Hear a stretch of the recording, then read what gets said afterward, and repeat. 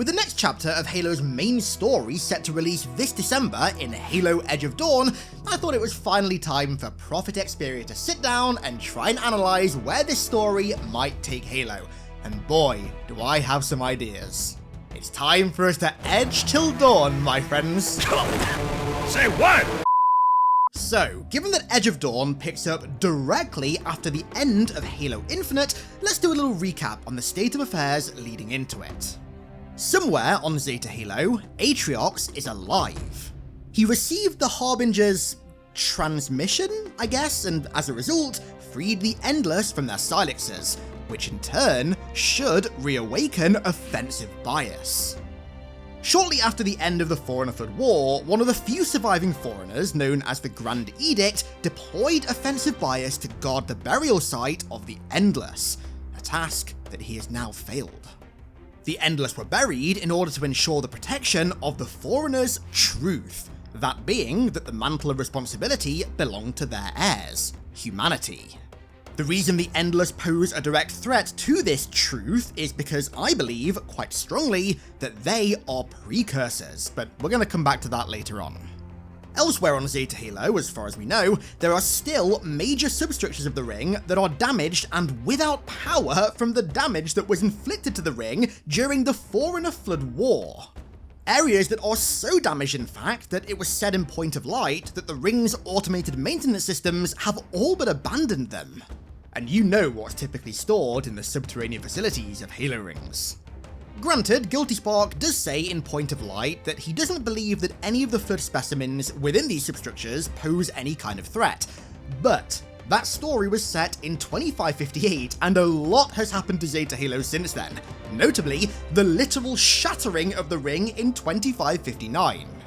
The damage that Cortana inflicted to Zeta Halo was significantly greater than the leftover damage from the Flood War, and given that a whole chunk of the ring is now missing, I'd say that there's a very high chance that Flood containment facilities and/or research facilities were damaged in this process, and we all know what that means. So previously, we've touched on how, in Halo Studios' very own words, Edge of Dawn is a First Strike / Shadows of Reach kind of book, aka it's a book that connects two games together. Just as First Strike loosely connected Halo 1 to Halo 2, and just as Shadows of Reach less loosely connected Halo 5 to Halo Infinite, Edge of Dawn is almost certainly going to be the narrative bridge between Halo Infinite and Halo 7. And it's what makes up that narrative bridge that's important. The book's description confirms that Chief will be linking up with Lucas Browning, the combat medic who was psychologically tortured by the Harbinger, and it's said that he may hold the key to unlocking deeper mysteries within this ancient ring world, secrets and mysteries that in the pursuit of, they're stalked by Jaeger Erdomni. So these secrets are shaping up to be almost the narrative backbone of the book, and thus the narrative backbone of the narrative bridge between Halo Infinite and Halo 7. But what are these secrets, and what are their implications? Well, I think rather clearly, they all revolve around the Endless. The main bulk of Lucas Browning's story so far, who, may I just remind you, is one of the main characters of this book, is his time spent being tortured by the Harbinger under Banished control, during which she said a number of rather intriguing things to him. So, upon first being released from her Silex, she said to him, "All that you know shall be undone." Later, she reiterates her species' mistreatment by the Foreigners, waxing lyrical about how her species were not afforded the same luxury of forgiveness that the Foreigners granted to humanity, before ending her section of the audio logs with a rather telling statement. Humanity was the culmination of their final plan, but plans change. We are returning.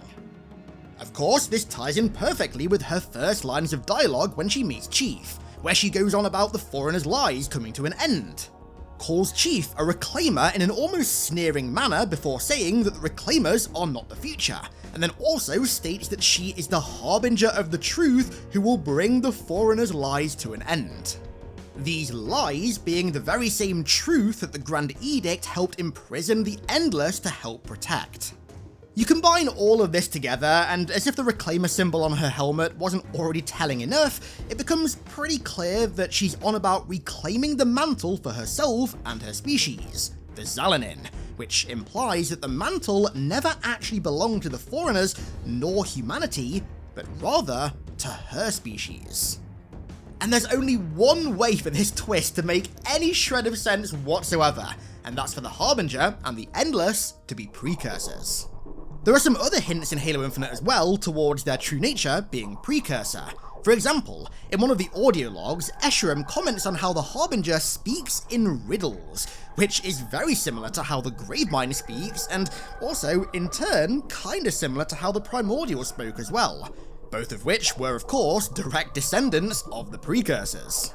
I mean, hell, the Harbinger even quotes the Gravemind directly in one of the audio logs, even going as far as mimicking his exact cadence. I shall talk, and you shall listen. There's also Cortana's now infamous "worse than the Floodline," which of course was said in reference to the Endless. You and I both know that there are worse things than the Flood within this ring. The only way to make sense of such a seemingly ridiculous statement, besides of course a human foreigner level retcon, which I'm hoping we don't get, is for the Endless to be precursors. It has been long established since the dawn of Halo as a franchise that the Flood are the ultimate endpoint of the universe. They are the villain to eclipse all other villains. Nothing will ever match them. And the only way that the Endless could be seen as worse than the Flood would be if they were the members of the species that, in a way, created the Flood. Of course, the precursors. Not only that, but given the precursors' transcendence and their tier 0 status as a species, it's fair to assume that they could kinda just bend reality to become worse than the Flood. Yeah, that's a little bit of a cop-out, but it makes canonical sense. We've never seen the precursors in a sort of militarized state, so to speak, but hypothetically, given their frankly ridiculous intelligence and capabilities, if they were in that state, they would be literally unstoppable. So with that established, let's just stick it in the lore bank for now and shift gears to talking about the name of the book, because I think that Edge of Dawn has some pretty serious meaning behind it. Now, this goes without saying, but the book's title absolutely has relevance, especially in the context of a connecting book like this. So, for example, Shadows of Reach meant that Infinite's story was under the shadow of what happened at Reach, because of course the sample of Halsey's brain that Blue Team retrieved to create the weapon. Now yes, of course, the title's meaning could just be literal. It could just be some kind of meta implication that the story is the dawn of the next chapter of Halo. But I think that's too simple, and also kind of just too boring. I think it has a far deeper and possibly more figurative meaning. And the use of the word dawn has given me an idea as to where I think the story of both this book and consequently Halo 7 might go. Now, just some forewarning, this is absolutely a schizo tier Halo theory. This is a kind of theory that you'd want to wear a tinfoil hat for. But I feel like when it comes to Halo lore and Halo theories, that caliber of theory is kind of my specialty, so you've been warned.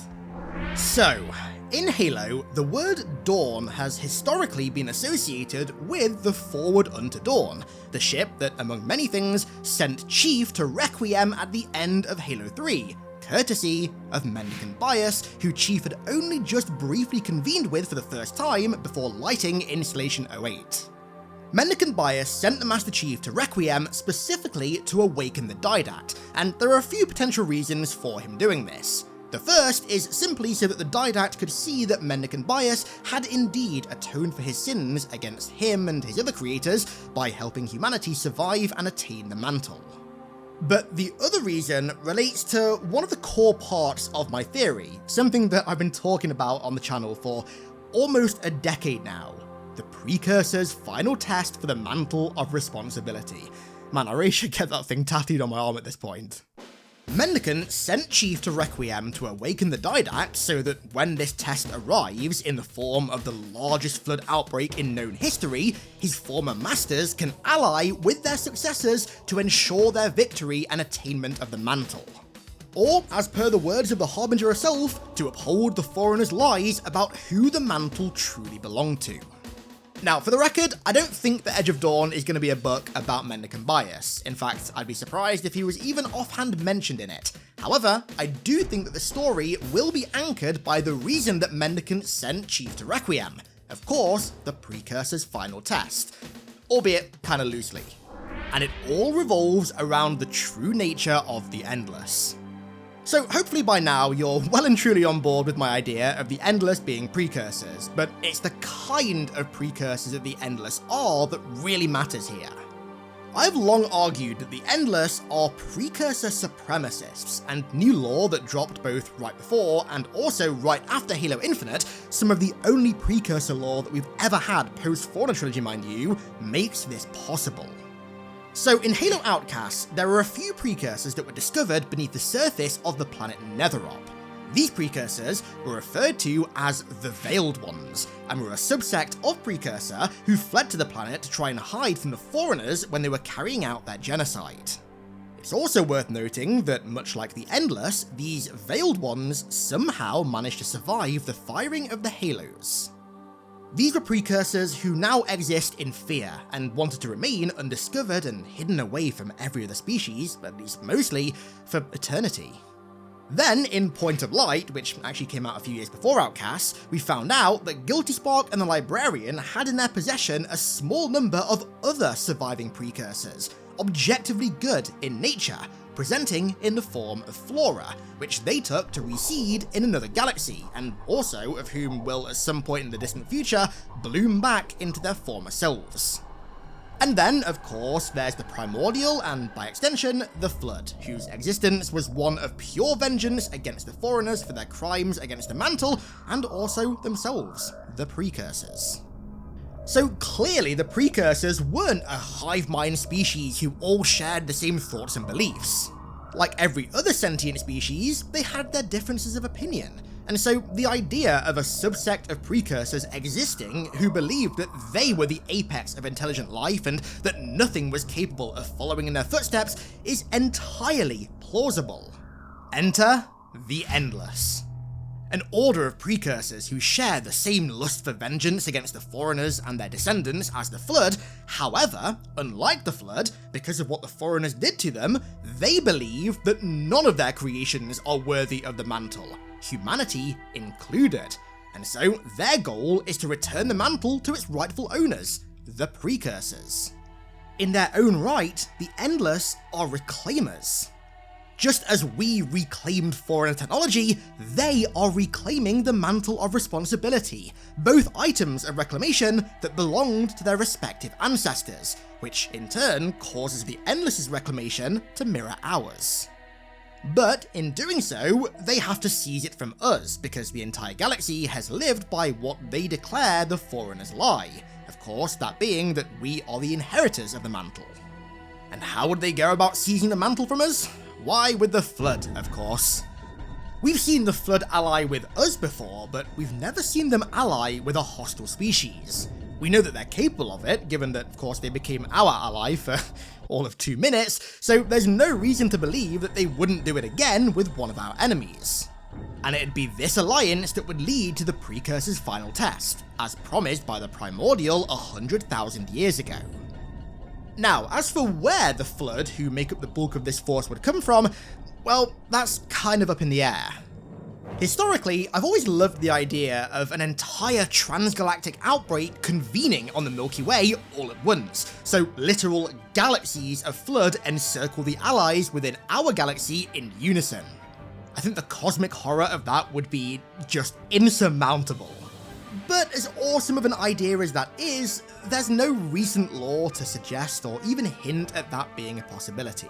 Yeah, it could happen, but as far as I can remember, at least, the last possible indication that we had towards this was at the end of Silentium in the Forerunner trilogy, which was, 12 years ago at this point? So I'm not gonna put my eggs in that basket. However, we do know that Zeta Halo, which is known for its extensive history with the Flood, has suffered sufficient damage in recent years, and the probability of that damage leading to an outbreak, I would say, is pretty damn high. Now granted, the size of that outbreak wouldn't even be close to what I always envisioned the size of the final test outbreak would be, but if the Endless are Precursor, then I'm sure they can kinda pull some mind-bending transcendent shit out of nowhere, like Pegasus drawing Relinquished to summon more Flood. There's no way they can't do that. I mean, the Gravemind used its Precursor abilities in Halo 3 to teleport High Charity to the Ark, so who's to say that there wouldn't be some kind of Endless/Precursor technology or abilities that could do something similar to bring more Flood to Zeta Halo? Anyway, what this technically intraspecies alliance between the Endless and the Flood would result in is a twisted version of the Precursor's final test, where yes, the means of carrying out the test are as foretold, but the intent behind the test isn't at all in our favour anymore, but rather is the opposite. When the Primordial foretold this test, he said that it would occur when humanity were at their most ripe. But as of the current war on Zeta Halo, humanity is far from ripe. But even semantics like that aside, this test isn't being carried out to see if we, humanity, really are worthy of holding the mantle like we've always believed, but rather it's being carried out to seize it from us once and for all. It's a twisted and perverse form of the test carried out for revenge, not inheritance as it was originally intended. And in a rather poetic way, this perversion of the test actually mirrors the Flood being a perversion of the Precursors, both motivated by the same notion of vengeance. This way, the test still occurs the same way that it was always prophesized, but with the dark twist that it's not happening for its original reasons, but rather so a vengeful subsect of the Precursors can reclaim what they believe their species should have never given away. And so, with that in mind, the dawn that we are on the edge of is potentially the new dawn of the Precursors, and their return to the top of the galactic food chain. For the first time in Halo, the word dawn wouldn't be being used in a human-centric sense, but rather it's being flipped on its head and being used in an anti-human sense, counter to both its traditional use and also the rather hopeful implications of the word. Now, I do just want to have a quick disclaimer here. I don't think that all of this is going to happen in Edge of Dawn, but rather I think that that book will begin to kind of set these events in motion leading into Halo 7, just as First Strike set into motion the invasion of Earth in Halo 2, and just as Shadows of Reach set in motion the creation of the weapon from Halsey's brain samples that were retrieved from Castle Base. It doesn't play out the entire narrative, but it gets the ball rolling. Now, this is pushing the boat out a little bit in a theory that's already borderline schizophrenic as is, but this could even lead to some degree of strife within the Precursor side of the war. Given that the Flood hive mind would be led by a Gravemind, of whom is the same person, so to speak, as the Primordial who first spoke about humanity's test for the mantle, when that Gravemind learned of the Endless's want to seize the mantle for themselves, there'd more than likely be a major disagreement.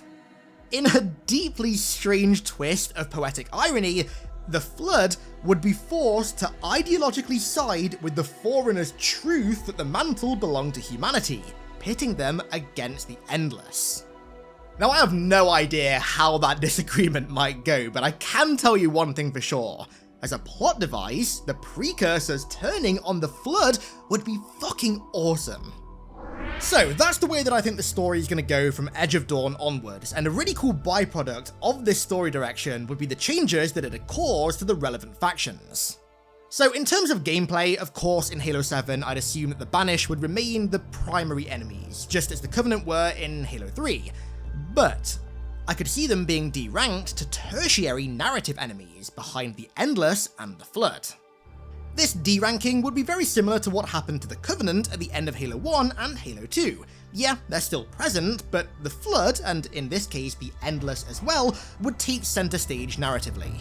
I could even see the door being opened to a possible Banished alliance at some point. I mean, despite what Halo Infinite may have tried to subtly suggest, the Banished as a faction don't inherently hate humanity. That's in fact what makes them so radically different to the Covenant. And so, unlike the Covenant, I could see the Banished forming a rather tenuous alliance with us to stop the Flood and the Endless from just annihilating everything. And speaking of the allies, to face off against this ancient alliance of biblical proportions, I'd like to imagine that they get the Swords of St. Helios involved again. The Sentinel network would become our ally as well, because its sole purpose is to safeguard installations specifically from the Flood. But I gotta say, the coolest implication of all of this would be that offensive bias would become our ally. Not only that, but he'd also be facing off against the very same enemy that he once destroyed in the upper atmosphere of a world far distant from here. Fighting alongside the Arbiter, Arthas, the Banished, the Sentinels, and goddamn offensive bias to stop the Flood and the surviving malevolent precursors from, as the Harbinger put it, bringing the Foreigner's lies to an end, would quite literally be a conflict of biblical proportions. And I'm just hoping that in Edge of Dawn, the search for the mysterious secrets of Zeta Halo that Lucas Browning learned from the Harbinger leads us down this narrative path. Then again, maybe Edge of Dawn is just referring to Master Chief's Mjolnir edging him till dawn or something along those lines. So, what do you guys think about my schizophrenic theories about Edge of Dawn and how this story is going to be marking a new dawn for Halo's main story? Hang on a second. Edge of Dawn. A new dawn. Hang on. Let me hear your thoughts down below in the comments. And on that bombshell, let's round this one out there. I want to give a huge thank you to all of my amazing patrons for the continued support over there as per usual. Thank you all so much, and thank you all so much for watching. I really do appreciate it. And I'll catch you all in the next one. Now, as for where the Flood, who make up the bulk of this... Fucking hell. Holy shit. Jesus Christ. That was the first Amber Alert test in the UK and it went off right as I was filming a video. Awesome.